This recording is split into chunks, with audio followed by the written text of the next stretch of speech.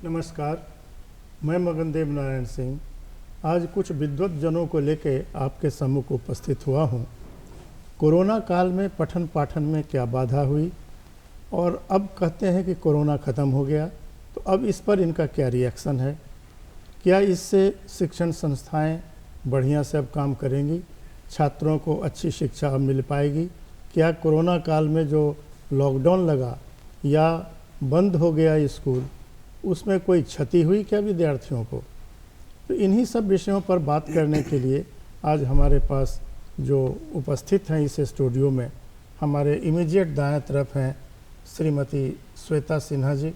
नमस्ते। आप गृहिणी हैं और एक गृहिणी के नाते इनका क्या अनुभव रहा इस कोरोना काल में, उस संबंध में ये अपना विचार व्यक्त करेंगी। इनके दाएं बाजू में बैठे हुए हैं एन.के. पांडे जी। एन.के. पांडे जी शिक्षाविद हैं। शिक्षाविद के नाते इनका क्या अनुभव रहा कोरोना काल का, इस विषय पर ये अपना वक्तव्य देंगे, मंतव्य देंगे, अपना अनुभव हम सबसे शेयर करेंगे। इनके दाएं तरफ बैठे हैं राजेश प्रताप सिंह जी। आप भी शिक्षाविद हैं। ये दो शिक्षाविद से ये जानकारी प्राप्त करना हम तमाम लोगों के लिए बहुत आवश्यक है, क्योंकि अलग अलग तो हम लोग बात करते रहते हैं कि कोरोना काल में ये विधा जो है ये नष्ट हो गया, ये विधा जो है इसमें कोई प्रकाश नहीं डाला गया।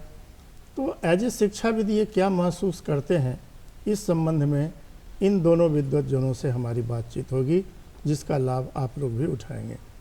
और सबसे अंत में हमारे पास एक राज्य के वरिष्ठ पत्रकार हैं अजय कुमार जी। पत्रकारों ने क्या अनुभव किया, नित्य आप लोग अखबारों में पढ़ते रहते हैं, ये नुकसान हो गया।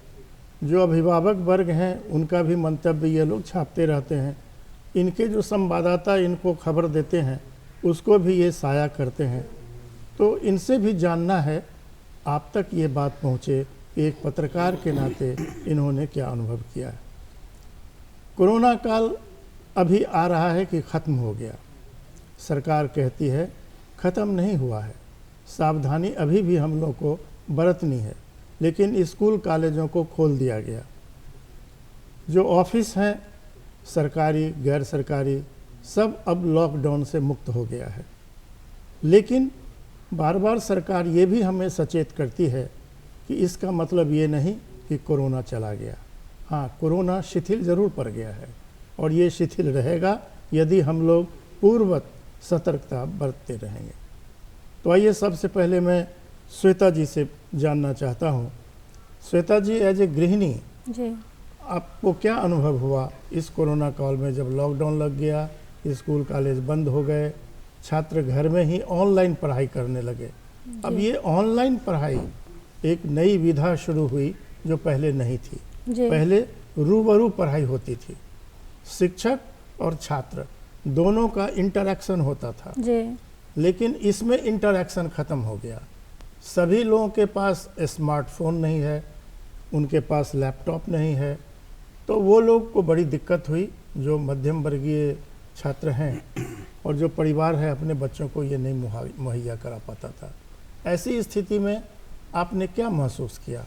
क्या कोई कठिनाई आपको हुई या आपको लगा कि अच्छा है बच्चे घर में ही हैं, स्कूल पहुंचाने लाने का झमेला ही नहीं है? जी, जब कोविड स्टार्ट हुआ था तो उस समय जब स्कूल बंद नहीं हुए थे, जब सुनने को आ रहा था कि कोरोना फैल रहा है ऐसे वैसे, तो काफ़ी डर लगता था हमें कि स्कूल बंद होगा तो कैसे पढ़ाई होगा, नहीं होगा। फिर जब अनाउंसमेंट हुआ कि स्कूल बंद हो रहा, अब ऑनलाइन पढ़ाई होगा, तो स्टार्टिंग में तो काफ़ी ज़्यादा दिक्कत आई थी, क्योंकि कुछ समझ नहीं आता था कैसे क्या शेड्यूल होगा, कौन से सर पढ़ाएंगे, क्या होगा, टाइमिंग क्या होगा। लेकिन फिर जैसे जैसे वो स्टार्ट हो गया तो फिर अच्छा लगने लगा। क्यों अच्छा लगने लगा? क्योंकि स्कूल का जो सिस्टम है, एजुकेशन सिस्टम है, वो हम लोग भी देख पा रहे थे, बच्चे के साथ इन्वॉल्व हो पा रहे थे कि आखिर बच्चा क्या कर रहा है, नहीं कर रहा है। तो ये चीज़ एक अच्छा हुआ था। लेकिन बुरा ये हुआ था क्योंकि बच्चे सिंसियर नहीं रहते थे। इसलिए सिंसियर नहीं रहते थे क्योंकि वो लोग टेस्ट को या एग्जामिनेशन को, कोई भी चीज़ को सीरियस नहीं ले पा रहे थे। उनको लगता था कि क्या है, ऑनलाइन है, कर लेंगे। तो ये सब थोड़ा सा प्रॉब्लम हुआ था। और दूसरा जो ब्रॉडबैंड का, ये इंटरनेट का जो प्रॉब्लम होता था, वो कभी कभी डिस्कनेक्ट हो जाता था। कभी कभी सही चलता था, तो वो से भी इश्यूज आते थे उस टाइम में। अच्छा, घर में जो बच्चे पढ़ते थे जी ऑनलाइन, जी ऑनलाइन जितने देर क्लासेस होती थी जी, उसके बाद वो बच्चे क्या करते थे? फिर वो जो होमवर्क मिलता था वो करते थे। फिजिकल डेवलपमेंट नहीं हो पा रहा था, नहीं हो पा रहा था, और वो मिस भी करते थे। हमेशा पूछते थे कब स्कूल खुलेगा, क्या होगा, कैसे हम लोग फिर स्कूल जाएंगे। बच्चे भी काफ़ी डर गए थे कि अब हम लोग को ऐसे ही पढ़ना पड़ेगा, हम लोग अपने फ्रेंड से नहीं मिल पाएंगे। तो उनका मेंटल हेल्थ भी बहुत ज़्यादा इसमें वीक हो गया था। वीक हो गया जी था। पांडे साहब जी, आप शिक्षाविद हैं, आप अपना अनुभव शेयर कीजिए हम तमाम लोगों से, हमारे दर्शकों से भी, कि एज ए शिक्षाविद आपका कैसा अनुभव रहा? जब ऑनलाइन वर्ग शुरू हुए, शुरू में कठिनाइयाँ हुई स्कूल के बच्चे, महाविद्यालय विश्वविद्यालय के बच्चों में, लेकिन धीरे धीरे इसका एक फ़ायदा हुआ कि सारे बच्चे, हमने देखा कि छोटे छोटे बच्चे जो घरों में हैं वो भी पूरे प्रशिक्षित हो गए, मोबाइल चलाना जान गए, लैपटॉप चलाना जान गए, कंप्यूटर चलाना जान गए। आज 2 वर्ष के काल में हम देखते हैं कि शिक्षा तकनीक जितना हमारे बच्चे जानते हैं, उतना अगर ऑफलाइन क्लास चलते रहता तो बच्चे नहीं सीख पाते। इसका डिसएडवांटेज, जो इसकी हानि भी हुई है, हानि यह हुई है कि बच्चे अभी क्या हुई है, मेरा अनुभव है, मैं महाविद्यालय विश्वविद्यालय में मैंने देखा, बीच के काल में जब ढिलाई हुई थी तो ऑफलाइन कुछ दिनों के लिए क्लास शुरू हुआ। उस समय क्या हुआ कि ऑनलाइन में 95% हमारे बच्चे रहते थे, जैसे मैं एमए के बीए की बात कर रहा हूँ बच्चों की, और ऑफलाइन में बच्चे बहुत कम 20-25 आते थे। चूँकि वो अब आलसी हो गए हैं, घर में रहते रहते क्या हो गया, उनका शारीरिक और मानसिक रूप से अब वो नहीं चाहते हैं कि कुछ हिलडुल करें, सोकर खाना खाते हुए वर्क करते थे स्कूल कॉलेज में जब वो जाते थे जी, तो पढ़ाई के साथ साथ उनका माने हेल्थ एक्टिविटीज जो था, स्पोर्ट्स एक्टिविटीज जो था, वो सब बंद हो गया, वो सब बंद हो गया, बंद हो गया। ये शरीर भी स्थूल हो गया, पहले से जो एक जने एक्टिव रहते थे वो नहीं रहा, वो आलसी हो हाँ आलसी हो गए, फुर्ती नहीं रही।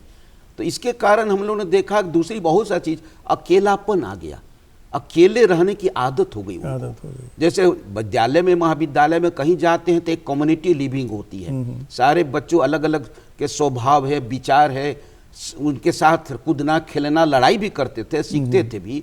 तो ये चीज़ खत्म हो गया। अब समाज में आगे तो हमारा फ्यूचर काफ़ी विलीन हो जाएगा। इसके कारण 1.5 वर्ष पीछे, 2 वर्ष पीछे चलेंगे हम। ठीक है, शिक्षा तकनीक सीखे, लेकिन हमारा जो भविष्य है वो तो यही बच्चे हैं, समाज में उनको आगे जाना है, सारे विभागों में, राजनीतिक, आर्थिक और सब क्षेत्रों में इनको काम करना है। तो हमारा विकास होगा जब ये आगे बढ़ेंगे। लेकिन उसमें एक चीज़ और है जो मुख्य रूप से मैं कहना चाहूँगा कि ऑनलाइन और ऑफलाइन जो अभी हमने महसूस किया है, आज ही एक ऑफलाइन के क्लास वर्ग लेकर मैंने आया है, मैंने देखा वहाँ कि अब बच्चे चाहते हैं कि सिर्फ ऑफलाइन पुरानी जो पद्धति थी फेस टू फेस, वो सिर्फ नहीं चाहिए हमको। अब शिक्षा तकनीक भी मतलब एक ब्रिज बनाना होगा ऑनलाइन और ऑफलाइन के बीच में कि हमारे बच्चों को अब शिक्षा तकनीक के साथ ऑफलाइन क्लास चलाना, एक महत्वपूर्ण बात आपने चलाना होगा। जैसे पावर पॉइंट प्रेजेंटेशन के साथ स्क्रीन चाहिए उसको, जो हम पढ़ा रहे उस स्क्रीन पर देखें। हाँ, समय बचेगा, जो इसे बहुत सारे टास्क असाइनमेंट हम उसके मोबाइल पर लैपटॉप पर दे देंगे तो बच्चों का समय बचेगा और हम भी ऑफ टाइम में उनका करेक्शन कर देंगे। हम राजेश प्रताप जी से भी जानना चाहेंगे, ये भी शिक्षाविद हैं। एक बहुत महत्वपूर्ण बात अभी पांडे साहब ने कहा कि जो आमने सामने जब टीचर के साथ इंटरेक्शन होता था, बच्चों का क्लास में जब इंटरेक्शन होता था एक दूसरे से, तब जो उनका कंसंट्रेशन बनता था वो कंसंट्रेशन देखने को नहीं मिला। ये बड़ी एक क्षति हुई विद्यार्थियों की। आपका क्या अनुभव है इस संबंध में? कोरोना काल में जो विद्यालय बंद कर दिए गए, उसके बाद एक मजबूरी थी कि कैसे हम इसको चलाएं, शिक्षा दें। ऑनलाइन व्यवस्था बनी, लेकिन ऑनलाइन व्यवस्था सब जगह नहीं था। हमारे हिंदुस्तान में और ख़ासकर बिहार में पिछड़ा राष्ट्र है और पिछड़ा राज्य है, दोनों में संसाधनों की कमी थी और शिक्षक भी उसके अनुकूल नहीं हुए थे कि हम कैसे पढ़ाएं। अपनी बातों को जैसे ब्लैक बोर्ड पे वो लिखते थे और सामने छात्रों को बताते थे, उसका जो फीडबैक होता था उसको देखते थे, उसे पूछते थे। जब ऑनलाइन क्लास होने लगा तो वो कभी अपने चेहरे को दिखाते और कभी ब्लैक बोर्ड पे कुछ लिख रहे हैं उसको दिखाते, कभी जो मैटर है, कंटेंट है बुक्स में उसको दिखाते थे, और लड़कों के सामने पूरी दृश्य को सामने नहीं रख पाते थे, जिससे कारण लड़के समझ नहीं पाते थे और फिर उनका फीडबैक नहीं मिल पाता था। सुधार हुआ, बहुत सुधार हुआ। इसमें ट्रेनिंग की आवश्यकता थी, कैसे शिक्षक अपनी बातों को वेब कैमरा के सामने जा कर के बताएं, वो नहीं हो पा रहा था। और ग्रामीण क्षेत्रों में जहां हम पढ़ाते हैं वहां तो लड़कों के पास एंड्रॉयड फ़ोन, बड़ी स्क्रीन वाला फ़ोन भी नहीं था, बहुत कम लोगों के पास था। यदि किसी गार्जियन के पास था भी, उसके 2-3 बच्चे थे तो किसी एक को दे पाते थे, बाकी को नहीं दे पाते थे। वहाँ ये इसका प्रभाव इतना दुष्प्रभाव था, इस एक तरह से समझा जाए कि पूरे 2 वर्षों में बच्चे पिछड़ गए।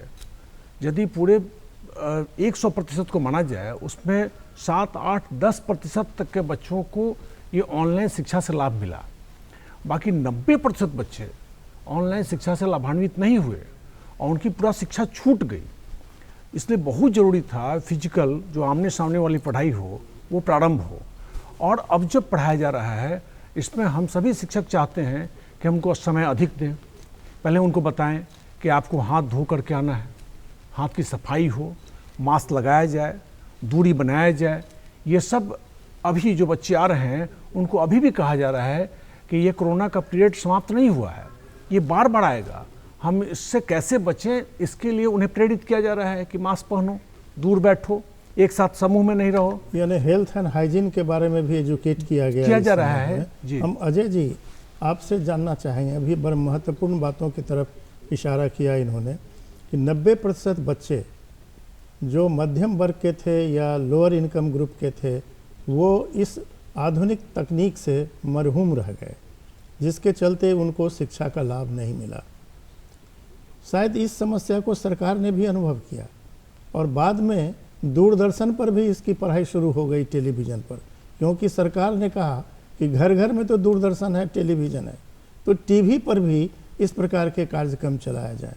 आप कृपया ये स्पष्ट करें कि जब घर में बैठे लोग देखते थे अपने मोबाइल पे या लैपटॉप पे, और जब ये दूरदर्शन का पर कार्यक्रम शुरू हुआ तो क्या इसका लाभ उस बच्चे जो 90% इससे अलग थे उनको भी ये लाभ पहुंचा क्या दूरदर्शन से? नहीं, सबसे पहली बात तो ये कोरोना का पूरा जो ये संकट था, ये पूरी दुनिया भर के लिए आप कह लीजिए कि एक नए तरह का चैलेंज, नए तरह का क्राइसिस समाज में हम सब लोगों के सामने आया, और कोई भी ऐसा क्षेत्र नहीं है जो इससे अछूता रहा हो।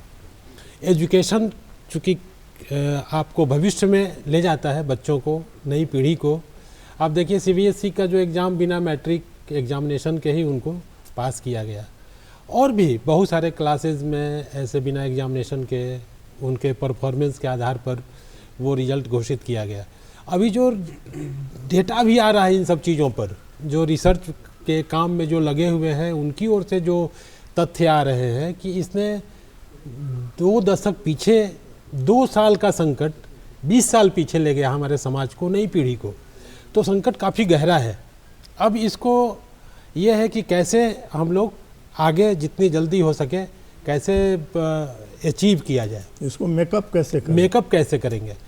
दूसरी बात आपने जो कही दूरदर्शन वाली, ये बिल्कुल सही बात है। जब यह बात आने लगी कि नेटवर्क का प्रॉब्लम है या जो लोअर इनकम ग्रुप के लोग हैं उनके पास वो मोबाइल की सुविधा नहीं है, फ़ोन की सुविधा नहीं है, तो ये अच्छी पहल भी थी। लेकिन फिर बाद में आया कि वो रीच नहीं हो पा रहा है, जितने बच्चों तक दूरदर्शन की भी पहुंच होनी चाहिए थी वो नहीं हो पा रहा है। लेकिन एक प्रयास था।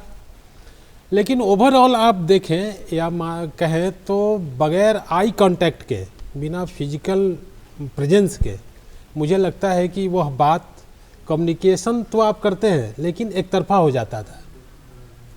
इसलिए क्लासरूम में बच्चों के उपस्थिति में जो पढ़ाई होती है, जो शिक्षा का जो आप ज्ञान देते हैं या जानकारी, और छात्र के बीच जी जो आमने सामने कांटेक्ट बनता था हाँ और जो बच्चों का कंसंट्रेशन बनता था अपने शिक्षक के साथ, जी। वो कंसंट्रेशन इसमें नहीं बना। एक मिसिंग है वहाँ। हाँ, वही आप पढ़ाते जरूर हैं लेकिन एक मिसिंग है जो कहीं ना कहीं वो उसके पूरी प्रक्रिया को वह उस लेवल तक नहीं ले जाता है जो आप क्लासरूम में देते हैं। क्लासरूम में करते।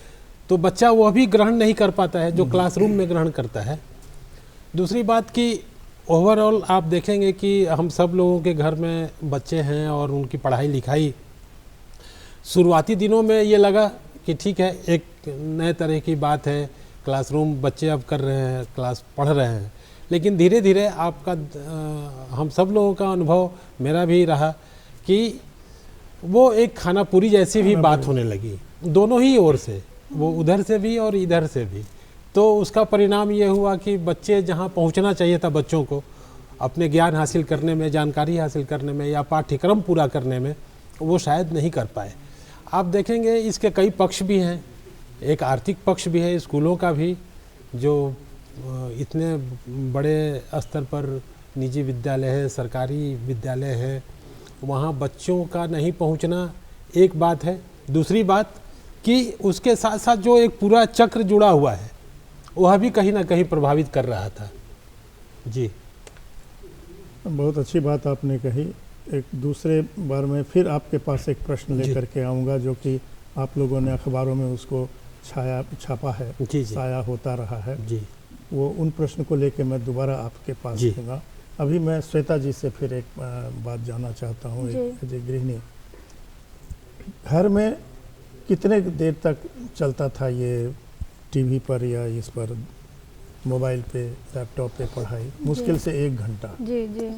और स्कूल में कितनी देर पढ़ाई होती थी? 4 घंटे। 4 घंटे। जी। तो रोज 3 घंटे का तो मैंने लैप्सेस हुआ बच्चों को ऐसे ही। दूसरा, जो बच्चे क्लासरूम में जितना अटेंटिव रहते थे, घर में उनको घर वाला माहौल मिला तो वो अटेंटिव नहीं रहे। गार्जियन भी 1-2 बार उसको टोका कि चलो क्लास चल रहा, वहाँ बैठ के देखो, वो बीच में घूम के मम्मी ये दो वो दो करने लगे। जी जी बिल्कुल। तो ये क्या अनुभव आपको भी है? जी बिल्कुल, ये अनुभव बिल्कुल हुआ है हमें भी, क्योंकि जब ऑनलाइन क्लासेस होता था तो स्टार्टिंग में तो एक एक्साइटमेंट था बच्चों को भी कि क्या है नहीं है, मीन्स अच्छा लगेगा थोड़ा पढ़ने में, कुछ नया एनवायरनमेंट मिल रहा है।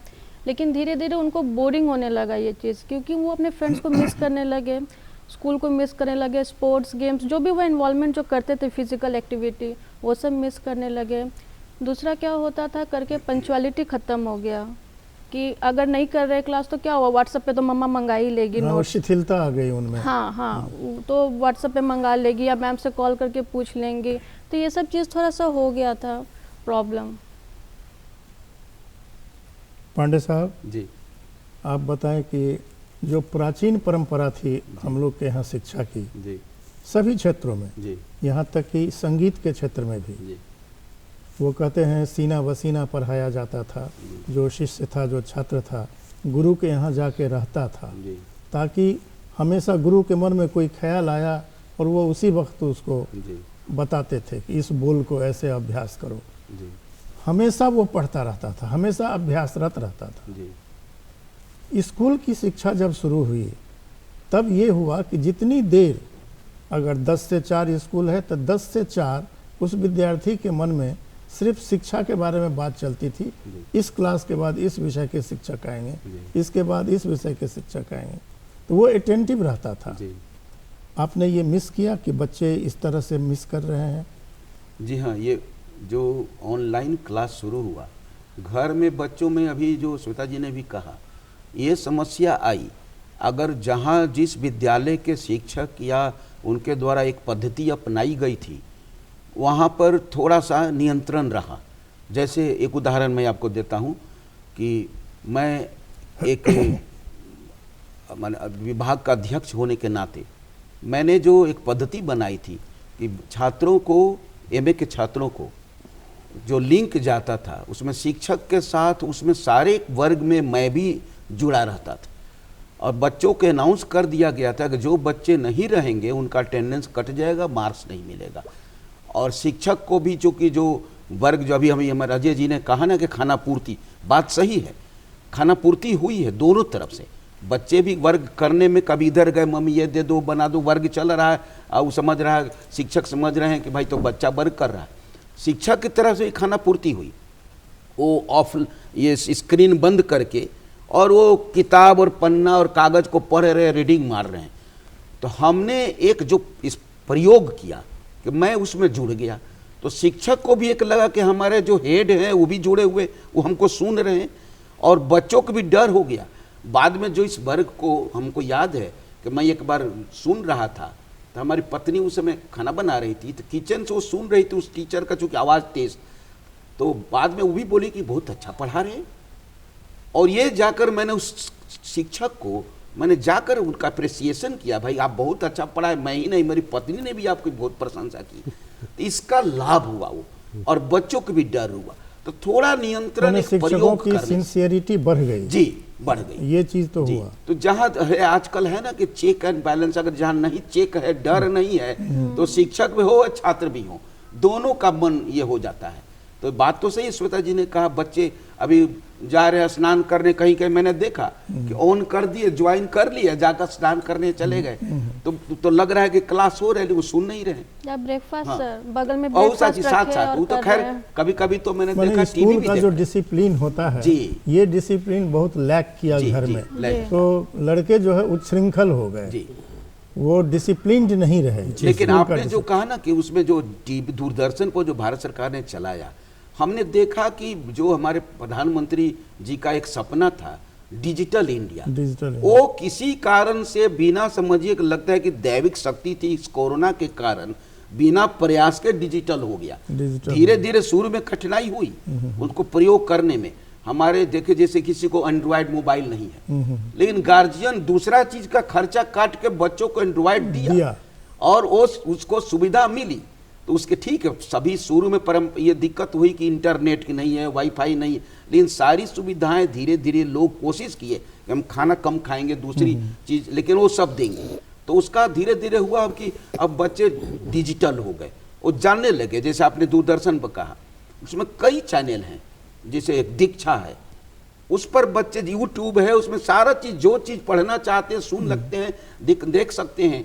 केंद्रीय विद्यालय के शिक्षकों ने बताया कि उनको यूट्यूब पर अपना देना था वर्ग का, जो अच्छे होते हैं उसको असेसमेंट करने के बाद पूरा उसको वायरल किया जाता, पूरे के जो भी देखना चाहे पूरे ऑल इंडिया में वो बच्चे सुन सकते हैं, अर्थशास्त्र हो, फिजिक्स हो, कोई विषय का। ये प्रयास किया गया। तो ये डिजिटल इंडिया वाला एक लाभ, जबरदस्त लाभ, बहुत जबरदस्त लाभ, ये कोरोना की देन जी, कोरोना की देन जी। जी राजेश जी, आप बताएं कि जब स्कूल में बच्चे जाते हैं तो वो अपना स्कूल का ड्रेस पहन के जाते हैं, तो ड्रेस पहनते ही उनके दिमाग में विद्यालय ख्याल में आता है कि वहाँ जाएंगे, पंक्ति में लगेंगे, क्लास में जाएंगे, तो डिसिप्लिन शुरू हो जाता है यहाँ ड्रेस पहनने के साथ। घर पे कोई ड्रेस नहीं है, तो ड्रेस में जो डिसिप्लिन आया, अब बिना ड्रेस के घर में जो उच्छृंखलता आई, इसका क्या प्रभाव आपने देखा बच्चों पर? एक तो हम लोग देखे कि विद्यालय नहीं आने से बच्चों में मानसिक विकार आया, और विद्यालय जब बच्चे आते हैं या यूनिफॉर्म पहन करके आते हैं तो उनका शुरू हो जाता है असेंबली से। असेंबली लगा, मोटिवेशनल स्पीच हुआ, उसके बाद फिर क्लास में गए, पढ़ाई करते वक्त में कई कार्य दिया गया, होमवर्क भी दिया गया, कुछ प्रोजेक्ट वर्क दिया गया, उसको करके दिखाए। जो शिक्षक पढ़ाते हैं उसको आपस में डिस्कस भी करता है छात्र, और जो समझ नहीं पाता उसको दूसरे से बात करके उसको क्लियर भी करता है। अब वक्त ऐसा आ गया है कि विद्यालय को दोनों तरफ काम करना होगा। एक तो फिजिकल, जो हम आमने सामने पढ़ाते हैं उसको विकसित करना होगा, और अधिक हम क्लास का समय अधिक बढ़ावें, क्लास में शिक्षक और ज़्यादा काम करें, उनका पीरियड अधिक हो, और जो बचा हुआ है उसको भी पढ़ाएं, और साथ साथ यह टेक्नोलॉजी विकसित हो, जो ऑनलाइन की व्यवस्था है इसको विकसित किया जाए। जब अभी कोरोना का काल नहीं हो या कोई संक्रमण नहीं हो, तब भी ऑनलाइन व्यवस्था, जैसे अभी विद्यालयों में स्मार्ट टीवी से स्मार्ट क्लास लगाया जाता है। स्मार्ट क्लास लगता है तो शिक्षक उसके अंदर रहते हैं और वो बताते हैं, कुछ प्रश्न होता है, उसका आंसर होता है, उसका मूल्यांकन करते हैं वहीं पर। ये सब कार्य मतलब ऑनलाइन शिक्षा की व्यवस्था आज ऑफलाइन शिक्षा के साथ साथ चलाया जाए, तब आने वाले समय में जो समस्या आएगी उससे हम जूझ सकते हैं, उसका जो कुप्रभाव है उसको कम कर सकते हैं। और यह ज़रूरी है कि आमने सामने की शिक्षा हो। हम विद्यालयों की जो क्लासरूम की संख्या बढ़ाएं।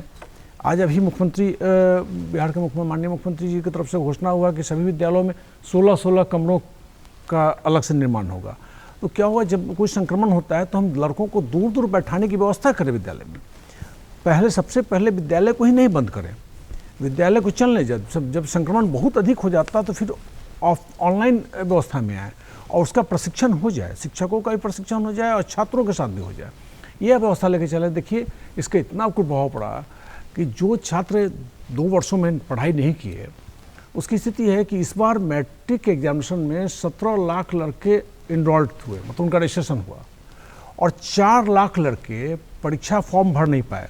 जो परीक्षा भी 19 फरवरी से होनी है, 19 से 26 तक होने वाली है, उसमें फॉर्म नहीं भर पाए। अब पिछले कई वर्षों का रिकॉर्ड देखेंगे तो 50 से 60 हज़ार बच्चे परीक्षा फॉर्म नहीं भरे थे, लेकिन इस पर 4 लाख का है। हम एक लड़के को फ़ोन करके पूछे कि तुम फॉर्म भरने नहीं आए हो, क्यों नहीं आए हो? तो बताया कि सर अब तो पढ़ाई छूट गई, अब दूसरे काम में लग गए, अब तो ऑटो चलाते हैं और उससे आमदनी होती है, उसके कारण से हम बहुत प्रसन्न रह रहे हैं। इसलिए ये इसके अंदर का भय का वातावरण निकालना होगा कि नहीं, हम आपको दोनों स्थिति में पढ़ाते रहेंगे, आपकी पूरी शिक्षा होती रहेगी और उसको प्रेरित करना होगा परीक्षा के लिए, क्लास में आने के लिए। इस बीच में अखबारों में आप लोगों ने भी काफ़ी छापा है इस खबर को, इसलिए उससे संबंधित समाचार मैं आपसे जानना चाहता हूं कि आप लोगों ने क्या अनुभव किया। वो ये कि जो बच्चों के जो गार्जियन थे उन्होंने एक आवाज़ बुलंद की और लगातार बुलंद की कि भाई जब स्कूल बंद है तो फिर हमसे फ़ी क्यों लिया जाता है, शिक्षा शुल्क हमसे क्यों लिया जाता है, पढ़ाई होती नहीं है, फीस हमको भरना पड़ता है, एग्जामिनेशन होता नहीं है, बच्चे ऐसे ही पास होते चले जा रहे हैं। तो ये कैसी व्यवस्था है? क्या ये वाजिब सवाल भी है और मुझे लगता है कि इस प्रश्न को थोड़ा दूसरे हिसाब से देखने की भी ज़रूरत है। मान लीजिए कि हम लोग तो एक समाज, एक बड़ा ही आइडियलिस्टिक बात करते हैं कि हमारे बच्चे के आखिर कौन देखता है, किसके विश्वास पर हम छोड़ते हैं स्कूल में, टीचर के विश्वास पर कि एक माहौल मिलेगा, न सिर्फ वो पढ़ाई बल्कि उसके पूरे व्यक्तित्व का विकास करेगा और एक तरह से हम घर में रहते हुए निश्चिंतता का भाव हम कहीं ना कहीं अपने पेरेंट जो गार्जियन हैं उनके दिमाग में रहता है कि बच्चे स्कूल गए हैं। स्कूल क्यों गए हैं भाई? तो जाहिर सी बात है पढ़ने के लिए और साथ साथ अपना करियर कैसे उनका बने, उनका जीवन कैसे बने, इसके बारे में। हम लोग जब मान रहे हैं कि कोरोना एक अप्रत्याशित ऐसी बीमारी थी, ऐसा एक संकट था समाज में, तो समाज को ऐसे टीचरों के बारे में, ऐसे स्कूलों के बारे में भी क्या नहीं सोचना चाहिए? मुझे लगता है निजी तौर पर कि सोचना चाहिए। आप कहीं काम कर रहे हैं, ठीक बात है, आप जहाँ जहाँ प्राइवेट सेक्टर में देख लीजिए। तमाम विद्वत जनों से बात करने के बाद मैं इस निष्कर्ष पर पहुँचा कि कोरोना काल में शिक्षा अगर बाधित हुई है अन्य विधाओं के साथ साथ, जैसे आर्थिक क्षति हुई, बहुत सारे क्या कहता है फील्ड में नुकसान पहुंचा, तो शिक्षा के क्षेत्र में भी नुकसान पहुंचा। लेकिन एक लाभ जो कि पांडे जी ने इंगित किया कि डिजिटलाइजेशन के तरफ, इलेक्ट्रॉनिक शिक्षा के तरफ कोरोना काल में मजबूरन ही सही अचानक बच्चे इसके बारे में काफ़ी जानकारी प्राप्त कर लिए। तो जैसे कहते हैं ना कि किसी विषय में अगर लाभ है तो हानि भी है और हानि है तो लाभ भी है। तो कोरोना काल से हम सब लोग सम्मिलित रूप से उसका सामना किया, जिसका लाभ ये हुआ कि कोरोना अब शिथिल पड़ गया है और फिर से स्कूल कॉलेज खुल गए हैं, फिर बच्चे स्कूल जाने लगे हैं। और वहाँ जाने के बाद कुछ दिन तो उनको अटपटा लगेगा, क्योंकि घर में जो वो आराम से पड़े हुए थे वो अब उनको वो आराम ख़त्म हो गया। अब फिर वो एक्टिव हो जाएंगे और एक्टिव होने के बाद फिर स्कूल भी एक्टिव होगा और हमको लगता है कि इसका लाभ फिर बच्चों को उसी प्रकार मिलने लगेगा जैसे पहले मिलता था। आप सबको बहुत बहुत धन्यवाद।